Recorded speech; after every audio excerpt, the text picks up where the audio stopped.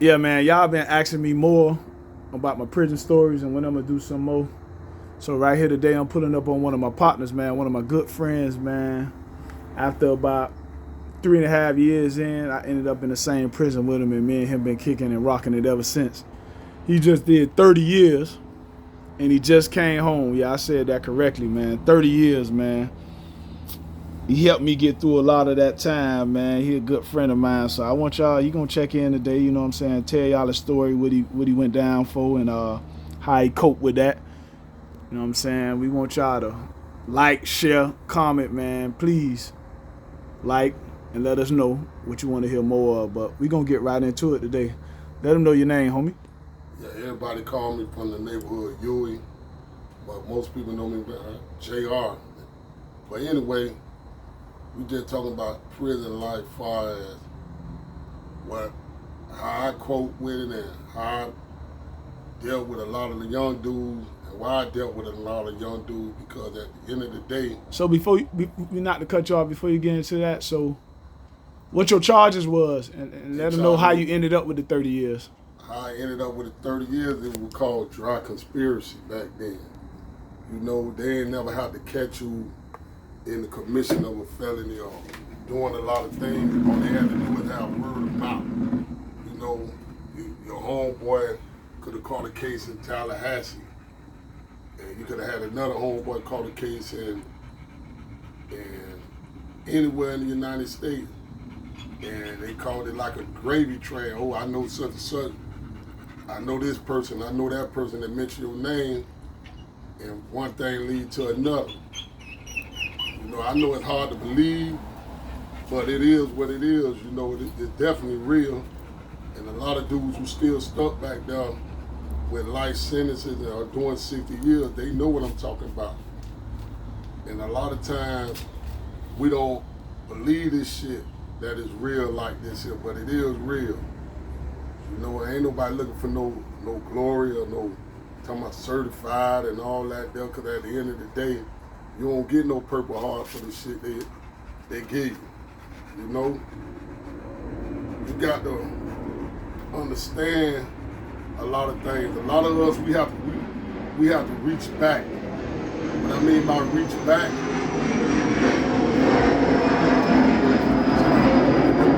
when you in these clubs, throwing up all your money and then you ducking your homeboy call. I'm talking about you save your homeboy, you save your nigga and all that stuff. Dog, them dudes ain't begging for a lot of money, man. Send them 50 or 100. Reach back. You know what I mean? Set their phone call, talk to them. Some of them, that's all they want to do is hear your voice to help them get through whatever they going through in there. So how old you was when you went in there? I was like 25. I was like 25 years old, making grown man decisions. You know, I ain't proud of a lot of that shit, because at the end of the day, I ain't never get a chance to raise my two sons. Something I always wanted to do. Now, and that's what I always talk to you about, love, when we was in there. Man, it's the most important part. Your sons know they're young now, but by the time you get out, they'll be at the age you can still raise them and teach them things and keep them from sliding with their other little partners and all that there. And the reason why I dealt with a lot of y'all young dudes, so I can communicate with my kids, my two sons, you know, and they talk, as well as my nephews. And it's so much that we go through in prison as far as mentally, because the average dude is built for the physical part, but a lot of dudes ain't built for the mental part. And a lot of them talk that talk, but man, you know what the real deal is when we see it. We see it, but you know, we ain't here to bash nobody. We ain't here to you know, we really here to educate our people, you know. What I like to say too, you know, this is my real good chest buddy I used to beat on now. Yeah, that's what he gonna always say. But you know, man, when I was in there, a lot of times I was gonna get in trouble or get in a fight. You would always step up and be like, you actually try to take the fight for me. because you just wanted me to get back, like just get back to my kids and my family. You know what I'm saying? Yeah, So get back to help the youth, to really show them like, hey, we all our kids gonna have a partner tougher than them. So for all y'all mamas out there, all y'all daddies out there, everybody kid ain't gonna be a touch off. All I can tell you is how to grab your kid. If you find out he in the street, find out who the toughest little dude in the neighborhood he hang around, and take him up under your wing and mentor him, and that gonna help you keep a grip on your kid as far as beating him off, punishing him. That shit gonna make him go out there and react worse. so when you caught your case, that was drugs, right? Yeah, with drugs. What, a crack? Crack. Okay, so when you caught your case, you went to, how much time was they offering you, or you, since it was a conspiracy case, you took it to trial though, right? Right, and then pleaded out in the middle of trial. Oh, you pleaded out in the middle of trial. Right, because when they go to grabbing your family members and all that, talking about, oh, this and that from people who cooperated, telling lies. So people who cooperated and told on you when you was going to trial, they started the prosecutor started telling you they're gonna pick up your family if you don't. Yeah, pick up my daddy and all that about some bullshit. My daddy he a working man. He was a hard working man. He ended up having a stroke when all that went down. So, you know, I'm finna let my daddy get caught up in my bullshit, which a lot of it was just bullshit. But when you just be the last man on that wagon, you gonna wear everything on there. So did you feel like you had them beat if you'd have continued with the trial? No, I wouldn't have never beat it because back then it's word of mouth. See, Oh, okay. The feds work different. They don't work like the state. They just word of mouth. It's word of mouth. You know what I mean? And then when they pick their jury, you gotta understand something. It's government employees. So you might have a mom who worked in the post office for 20 years. See, people, now if I'd have went to the trial and they were thinking that, oh, if I get found guilty, they're gonna give me 40, 50 years, the first thing the average person gonna say, a working class person gonna say, he ain't killed nobody. So they don't tell you gonna get, if they convict you, this person gonna get 30 or 40 years. Because nobody in America gonna give you no 30 or 40 years for no drugs, because they see they ain't getting these big drug lords across the water this kind of time. Yeah. So they gonna give you, the average think you get 10 or 15 years. So what did you end up pleading out to? I ended up pleading out to an open plea to I ended up getting 420 months. Make the story just short, 420 months. And money laundering, I ended up getting 240 running concurrent. So you got 400 and what? 20 months. So what that is, 35 years? 35 years. I ended up doing 29 years in a couple of days. So how long you been out right now? Right now I've been out about 97 days, almost 100. So you got out this year? Yeah, I got out this year. Okay. So how is it? How is the streets from when you left in the early 90s?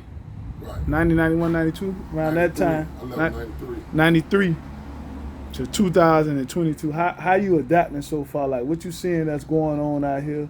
I see the same people, same young dudes, and the same how I move like if I was in prison, but I just revamped it back to the street. My body was always locked up, but my mind never was. So do you feel like the streets change, or it's still the same to you? Yeah, the streets change because I see a lot of young homeless people, women, and young homeless dudes. And before I left, I ain't never see that there. On every street corner, you got somebody begging. And I'm like, damn, we in America, or sleeping up on a bridge. It wasn't that kind. It was a little homeless, but not in Miami like it is now. I'm talking about this homeless in every kind of neighborhood. So that's what you notice more than technology or as far as technology, everything is advanced. That's the only thing that really hard for me right now. I won't say hard, but I'm catching up. But as far as just being in the streets, with people and all that. I know how to interact with people and everything. So when you was in prison, and you went from the streets to prison, and dealing with that street life, you got that same mentality? Because I know if you going in prison, I had and you got, I had a different mentality. I had to grow. I was really a button. Like everything, I was with an attitude. Everything was like, okay, if it gonna go down, it just gonna go down. But you know, I got a woman who really helped me. Well, one of my baby mamas, I call her my wife. She really helped me. Like, don't have that, don't give a fuck attitude. But sometimes you have to have it, and I stressed her out a lot too. So like for me, I had ended up with 12 and a half and did the 10 on it. You know, when I first went in, I was like, that shit seemed like forever. Yeah, shit. It So like forever to me. that's what I'm saying. So Yeah, like, but I just took it your mentality, like when you going in there, you not like saying like, when some 35 years, like I'm gonna be alive. Like, is anybody I asked going? myself that. Yeah. I asked myself, you know, my mom, my stepmom, my uncles, a lot of people in my family. One of my brothers passed away. A lot of people in my family passed away. One of my brothers, my mom, my stepmom, all my uncles, all my aunts, all my grandmas and great grandmas. But So with that kind of time, and you going in there, like I said, like you like, man, life over, like, you know what I'm saying? This my life now, so I gotta go in here. I can't be too much worried about what's going on, and being that you in the feds, like some people might not know. I might explain it when I was talking, but you know, it's a high, it's a max, it's a medium, it's a low, it's a camp. And being that since you just coming in with that much time, no matter what it is, you had to start at the maximum. Yeah. So you going in here where it's straight. Oh yeah. Tell them like your first, you know what I'm saying? Not like when you first went in there, like what happened? Like as soon as you come in. Well, you know, by me coming from Miami and they sent me to Louisburg, back then it was really like, I want to say segregated. It was a bunch of gangs. You know, real bloods, real Crips. Not taking up from these young dudes out here. I'm just speaking on what I seen.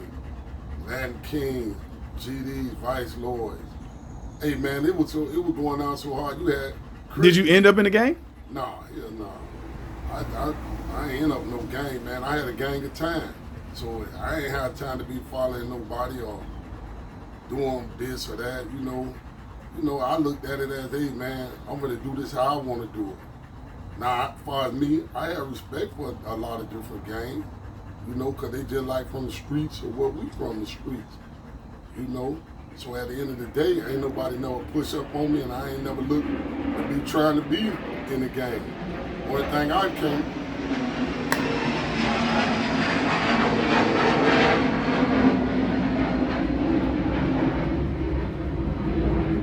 Only thing I ever thought about was a gang of money.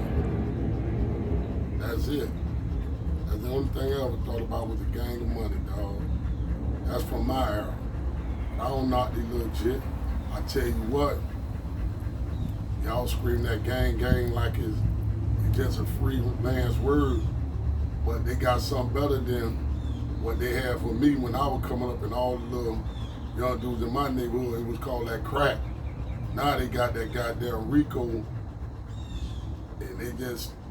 when they grab all y'all for word of mouth, the plea gonna start from 20 on up. So man, I'm gonna tell you something, man. You better go to that law library and look at that federal shit and all that money you're throwing, and them $100,000 APs and $90,000 watches, man. Go down there and get your goddamn federal, used to be federal lawyer, and sit down and talk to him. Cause boy, they got some laws out here that hide you for the rest, almost your entire life, like they did me. So this shit real, man. Explain like going into a maximum facility now. Yeah, it's going into a maximum facility. Where they don't, where rats can't walk the yard or do. You couldn't walk that yard. You better, you know, you couldn't walk that yard like that. You might as well go on and do what you gotta do and handle your business. But I'm gonna tell you something too now. You know, not taking her for a rat. But boy, you had some rats that walked that yard and was on that killer time too. Yeah. So sometimes, you know, niggas noticed and they were mumbling up under their breath. You know, they might every now and then go at him, but they ain't never like the outcome. So, you know, it's like a quarter, it got heads or tails. It was a flip side to both sides now. So, you know, you gotta understand that too. So I don't wanna be focusing on this person or why this person or this person. So what you did to survive when you got in there and realized that it ain't nobody really gonna take care of you or make sure you good for you to get money or you know what I'm saying, feed yourself, fend for yourself enough? I went through my hustling skills. Hey, I learned how to work in food service and, you know, hustle. You know, it's just like they turned me from a dope boy to a hustler, hustling fried chicken or hustling vegetables. Or, you know what I mean, making sure all the home. So when you mean by hustling, how you hustle fried chicken or onions or vegetables? Hey man, you know how it go. I know how it go, but you know you talking to the people right now. Yeah. So some we might have some new watchers that not knowing what's going on. You call home and tell your partner, hey man, hey, send such and such some money so I can get me some stamps. See, a lot of people out here be thinking when you ask somebody to send you some money, send it to somebody else, your family think you getting pressed, but that ain't the case. You just trying to get you some currency, some institutional money like stamps, or it may be cigarettes, or it may be mackerel. So you can have $1 million on your books. If you ain't got no institutional money, you ain't got nothing, man. I don't care who you is. So when your homeboy call you, hey man, send this person a couple of dollars, send it to him because he's trying to get him some institutional money, or he trying to get him some institutional money to pay a nigga to do his law work, do a motion for him, you know? So as far as I mean, back about hustling vegetables and all that, you know, you go in there and work every morning, then at the end of the day, you get you about 2 onions, 2 bell peppers, and 2 tomatoes, you know, right then and there. That's like almost what? That's $12. So you stealing that? Oh, you call it stealing, or you calling it as reparation. You know what I'm saying? However you want to call it. But at the end of the day, if you take $12 every day at the end of every 10 days, that's $120. So that was your mindset in it. That's how you looked at it. That's taking pressure off my kid's mother or my partner now. Sending me some money, you know. At the end of the day, your water gonna run dry. Your well gonna run dry. I've seen multi-millionaires well run dry. So, you know, everybody gonna, you know, you leave that bag out there, so everybody gonna wanna work your bag how they think it's fit. But they ain't putting in damn blood and sweat and tear. So that's gonna conclude part 1 of this interview, man. I hope y'all like, subscribe, share, man. And y'all wanna hear more from JR, man, the big homie that, you know what I'm saying, helped me get through a lot of that time and I dealt with, man, played chess and vent and talked to when something was wrong, man. Y'all get at us, let us know.